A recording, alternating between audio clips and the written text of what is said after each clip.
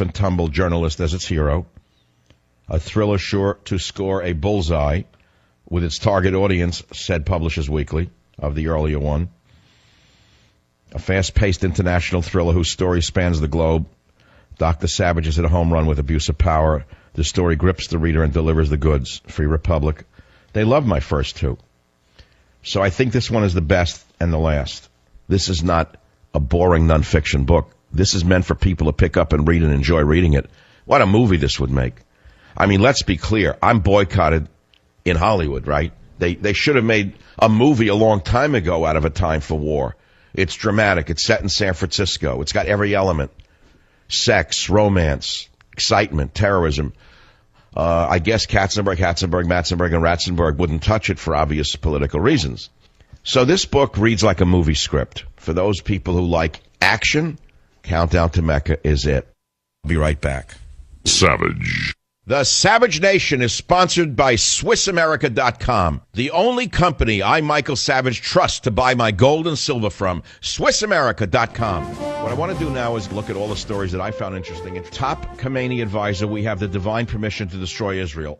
This is the same Iranian insanity, the same throwbacks, the same religious Islamic fanatics that Obama is courting to permit them to build a nuclear weapon.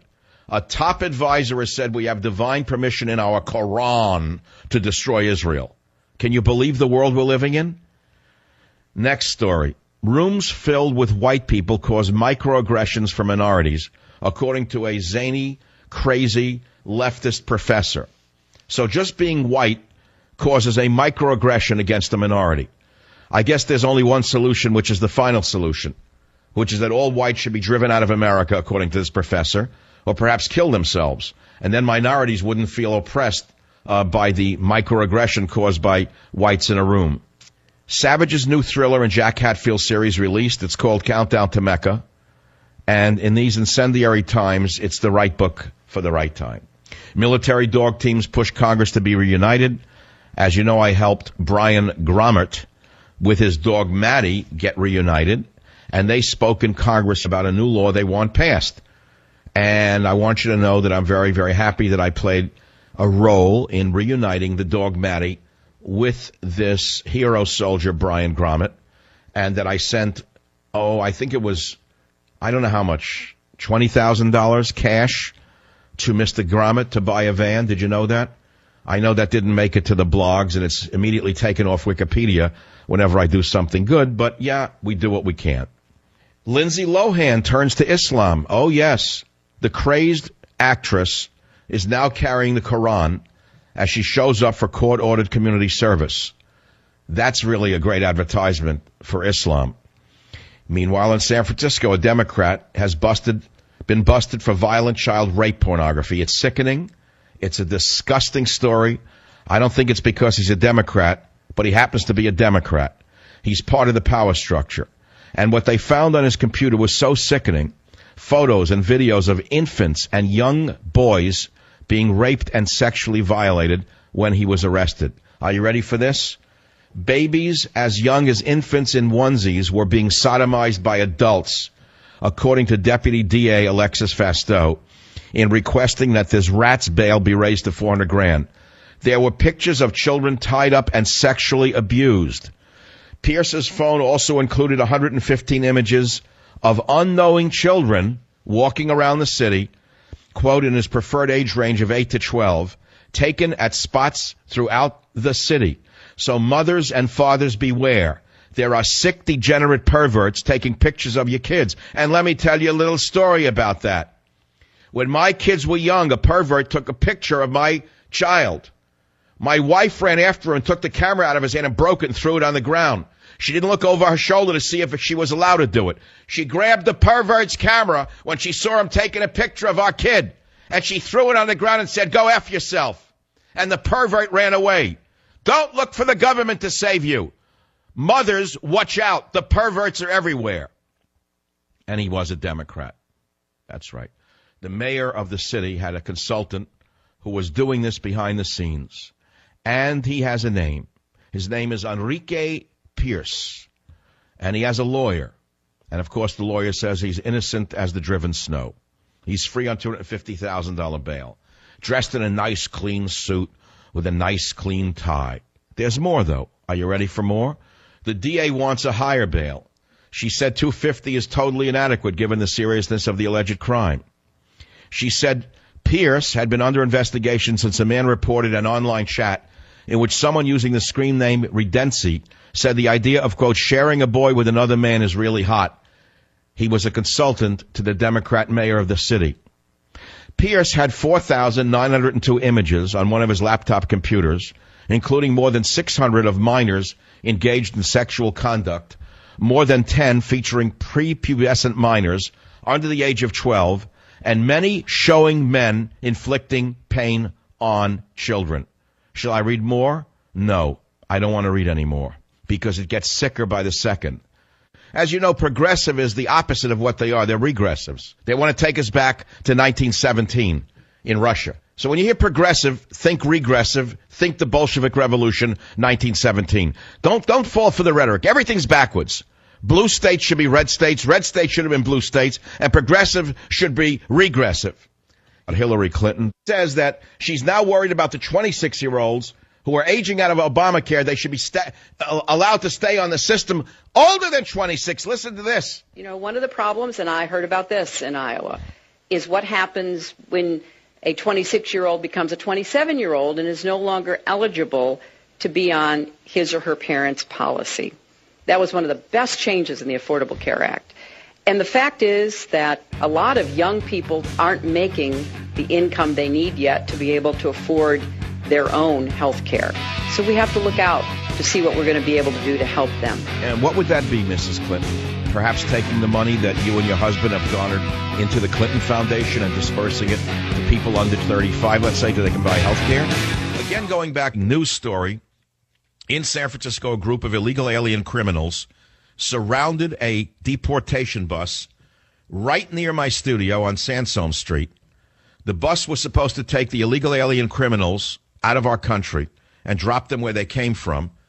The protesters would not let the bus leave. The police were not able to arrest them because San Francisco is a demented, so-called sanctuary city. Now, let me explain something to you. Because San Francisco is a sanctuary city. A father and his two sons were executed in the streets of San Francisco a few years ago by an illegal alien criminal gangbanger. Did you know that? Did you forget that little story? Do not think that liberalism comes without a price. In some cases, it comes with life as the price. An illegal alien who should have been deported, who had killed somebody a few months before but was released because he was in a sanctuary city and he got a shyster lawyer, then went out and killed a man and his two sons who he thought were members of another gang right in front of his wife. I raised money for that woman. I sent her money. It was a heartbreaker. It was enough to rip your guts out. Did it change the sanctuary city insanity of this perverted, demented city? No. It's only gotten worse. We now have the equivalent not of the mentally insane running the asylum.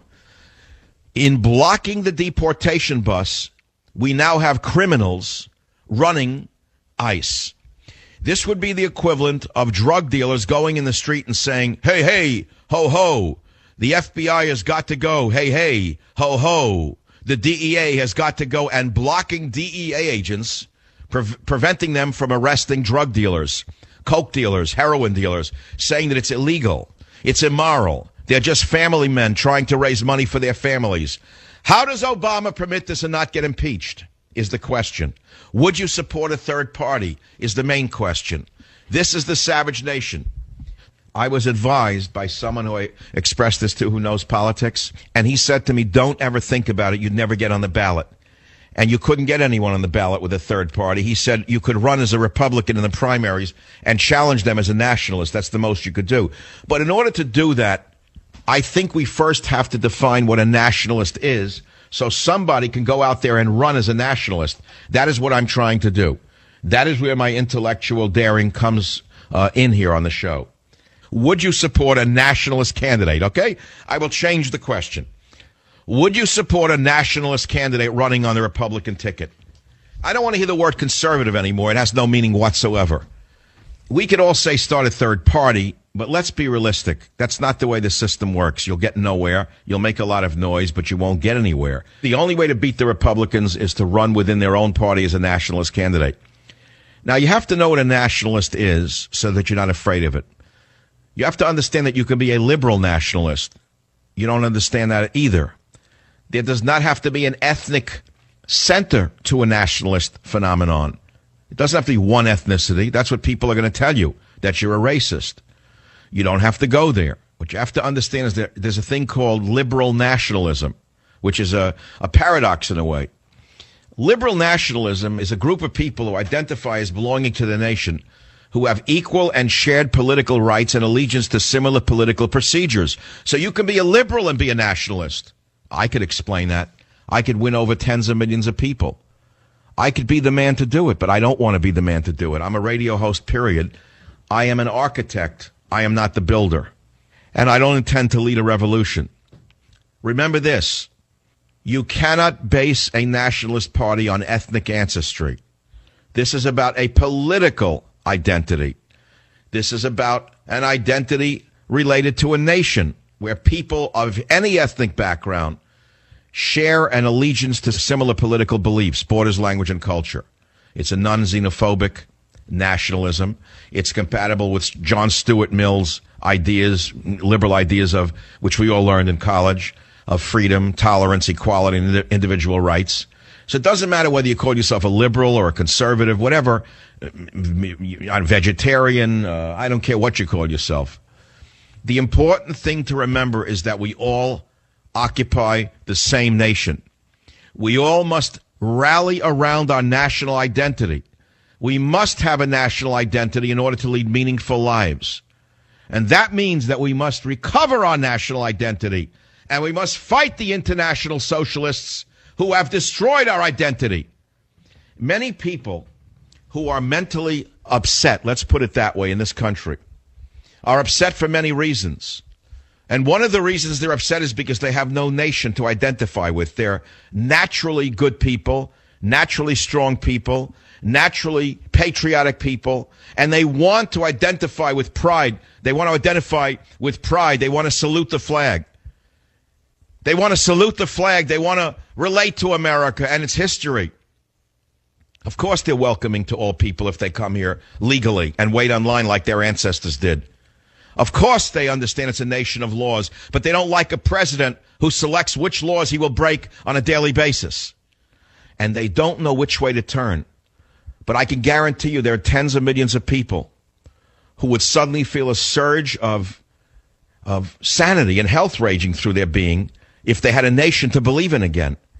And that's why I tell you we need a nationalist candidate. Remember, I'm not reading from a script. So if I think out loud and I am not as articulate as I can be sometimes, it's because I'm exploring as we talk. I'm taking chances as we talk. I'm not taking the lazy man's voyage with you today. And I want to go back to something. Back in 1821, don't go to sleep. I go to sleep. And the minute I heard a date in history in high school, I'd go to sleep and start sticking bubble gum on the seat in front of me. In 1821, there was a Greek War of Independence. Do you know what it was? It was a rebellion by Greek nationalists against the ruling Ottoman Empire. The ruling Ottoman Empire were Muslims who had conquered Greece and other nations that were once independent. And the Muslims became intolerable because they were intolerant. And so a group of nationalists in Greece got together, got weapons, and had a Greek War of Independence as a rebellion against the ruling Muslim Ottoman Empire. You may not know that. This is very serious business. And you have to understand where this comes from and where this goes. And you have to understand what is at stake. Borders, language, culture. Borders, language, culture. I am not defining America in terms of ethnic purity. I am defining America in terms of its borders, which everyone knows what they are except Obama and his socialist minions, and our common core language of English. English, English, English. Learn it, learn it, learn it. It's the national language. I'll be right back. Savage. The Savage Nation is sponsored by SwissAmerica.com, the only company I, Michael Savage, trust to buy